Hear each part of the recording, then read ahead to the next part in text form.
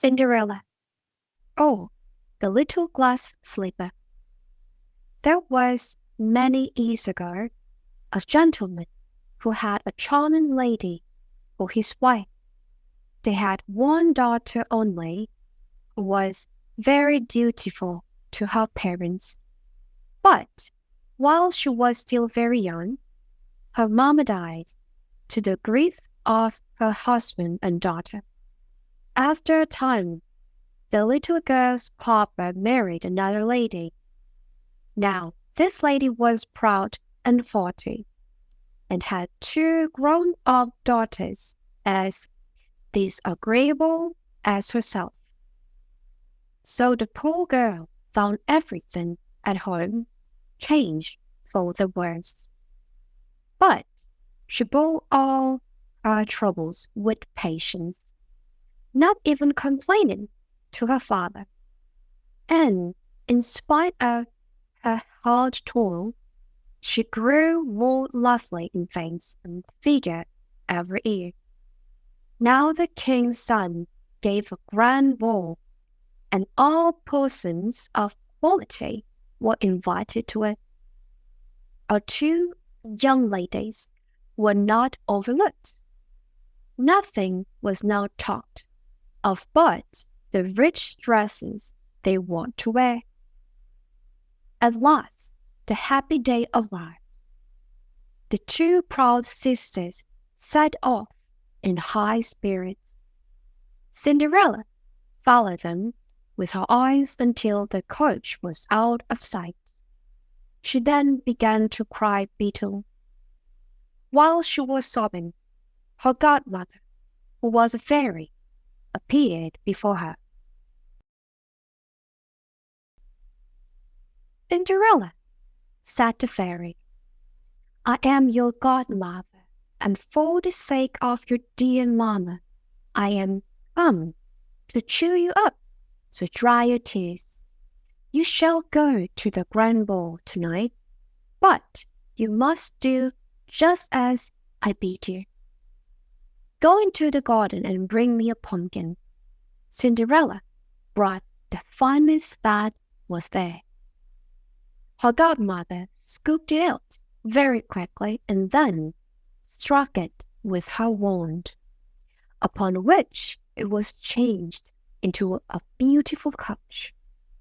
Afterwards, the old lady peeped into the mousetrap, where she found 6 mice. She tapped them lightly with her wand, and each mouse became a fine horse. The rat trap contained 2 large rats. One of these she turned into a coachman, and the other into a postilion. The old lady then told Cinderella to go into the garden and seek for half a dozen lizards.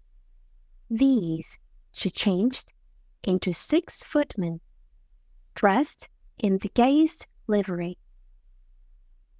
When all these things had been done, the kind godmother, watching her with her wand, changed her worn-out clothes into a beautiful ball dress, embroidered with pearls and silver. She then gave her a pair of glass slippers. That is, they were woven of the most delicate spun glass fine as the web of the spider.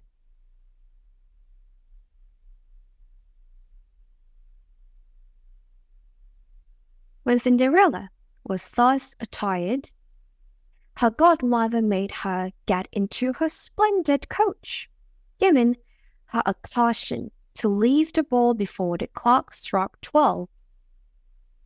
On her arrival, her beauty struck everybody with wonder. The gallant prince gave her a cautious welcome and led her into the ballroom. And the king and queen were as much enchanted with her as the prince.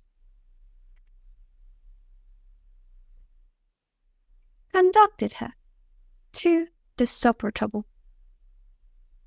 and was too much occupied in waiting upon her to partake of anything himself. While seated, Cinderella heard the clock strike 11:15. She rose to leave. The prince pressing her to accept an invitation for the ball on the following evening.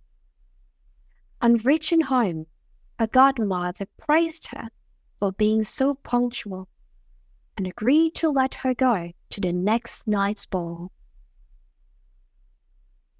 Although she seemed to be tired, her sisters, instead of showing pity, teased her with glowing accounts of the splendid scene they had just left, and spoke particularly of the beautiful princess. Cinderella was delighted to hear all of this, and asked them the name of the princess, but, they replied, nobody knew her.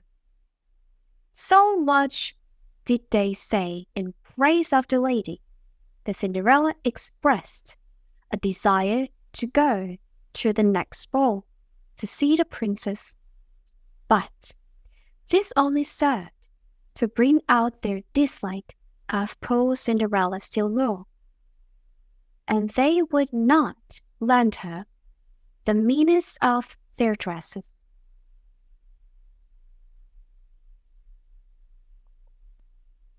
The next evening, the two sisters went to the ball, and Cinderella also, who was still more splendidly dressed than before.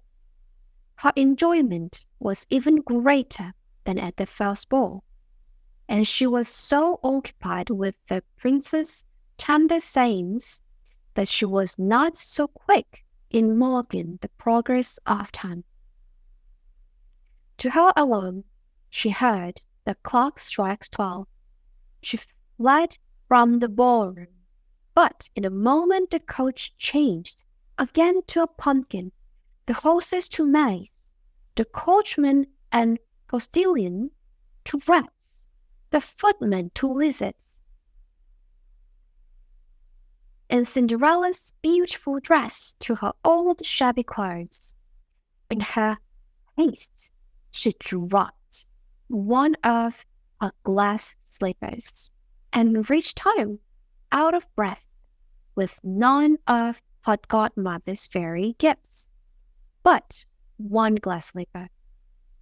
When her sisters arrived after the ball, they spoke in terms of rapture of the unknown princess and told Cinderella about the little glass slipper she had dropped and how the prince picked it up. It was evident to all the court that the prince was determined, if possible, to find out the owner of the slipper. And a few days afterwards, a royal herald proclaimed that the king's son would marry her, whose foot the glass slipper should be found exactly to fit. This proclamation caused great sensation.